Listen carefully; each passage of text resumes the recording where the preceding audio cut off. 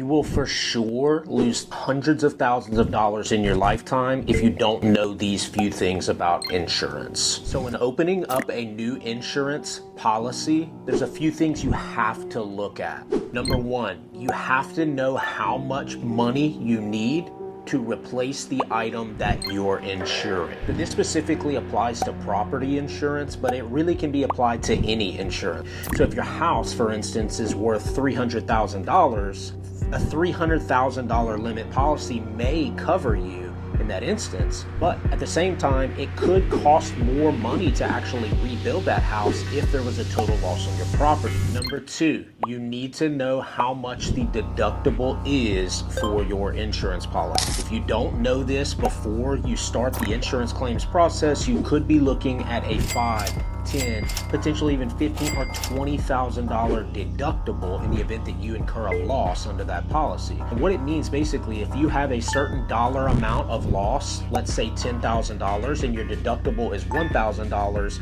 you as the insured person are going to have to pay that $1,000 before your insurance kicks in. Number three, you need to know what carrier you're dealing with and what type of adjustment practices they are going to employ when you have an insurance claim. So every insurance company adjusts their insurance claims in a different way. Some insurance companies are hard to deal with. Some insurance companies are easier to deal with. It's very important to understand the adjustment practices of that carrier before you get into that policy.